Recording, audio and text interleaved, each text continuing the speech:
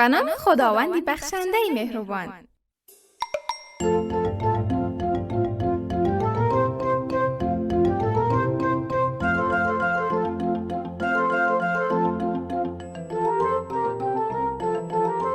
سلام به همه بچه های خوبی تاجیکستان.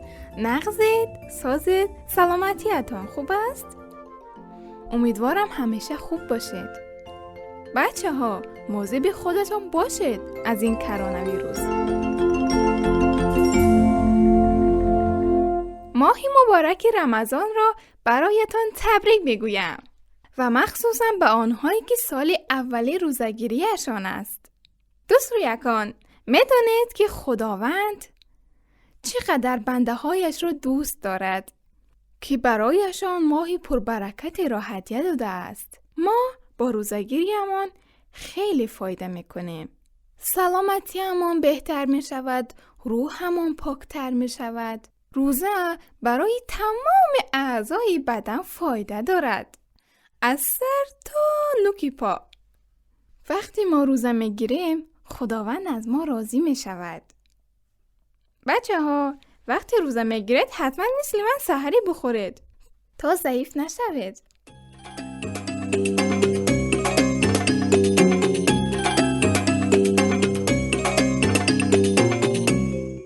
میخواهم خاطره اولین روزم رو برایتان تعریف کنم. 8 سالم بود. همان روز مادرم خمیر میکردند. من و دختر عمکم که از من 1 سال بزرگتر بود بازی میکردیم. مادرم به ما تذکر میدادند و میگفتند که زیاد ندویم چون تشنه میشویم و خسته میشویم. ما به حرفی مادرم گوش داده کمی بازی کردیم و بعد وقتی مادرم میخواستن نان بپزن به مادر جانم کمک کردیم. من نانها را به نزد مادرم می آوردم تا نانها را بپزند.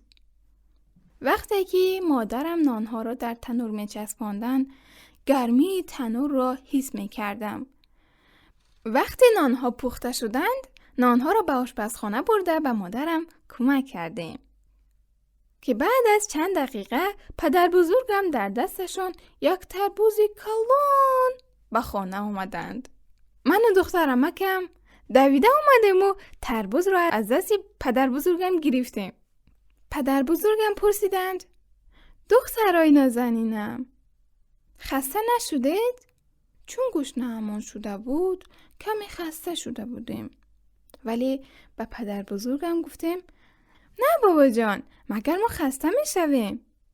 بعد برای پدر بزرگم 1 چاینک آبی سرد آوردم تا دست و رویشان را بشویند.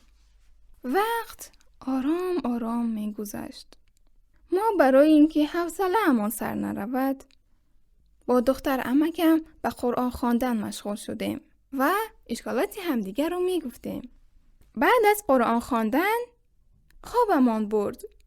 چشمهایمان را باز کردیم که وقتی افطار شده بود. تقریباً 10 دقیقه به اذان مانده بود. طهارت کردیم آمدیم که دیدیم دسترخوان آماده است. همه چی در دسترخوان بود. چای، نانی گرمکه که مادرم، غذا، تربوزی که پدر بزرگم آورده بودن، شیرینی ها و دیگر چیزهای بامزه.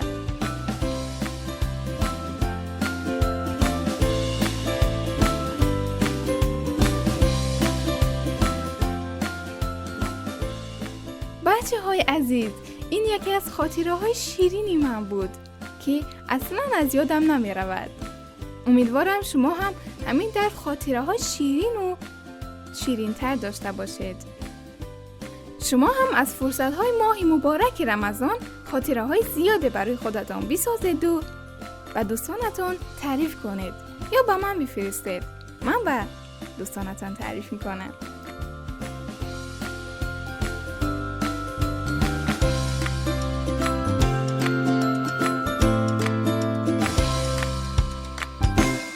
دوست یکان، شاید پدر یا مادرتان گفتند که وقتی روزه میگیری نباید با کسی جنگ و دعوا کنی یا حرفهای بد بگویی یا اینکه کسی را ناراحت کنی.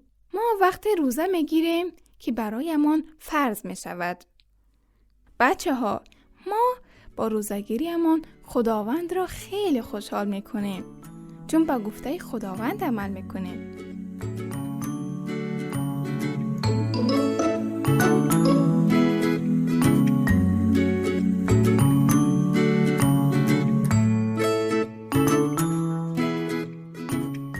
تا برنامه و قصه های دیگر، خدا یار و نگهدارتان. خدا حافظ.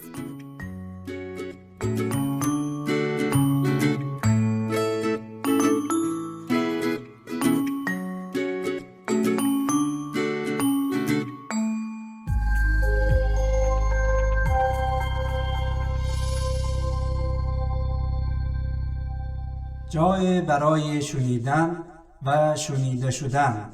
رادیو مهر، ارمغان امید و آینده.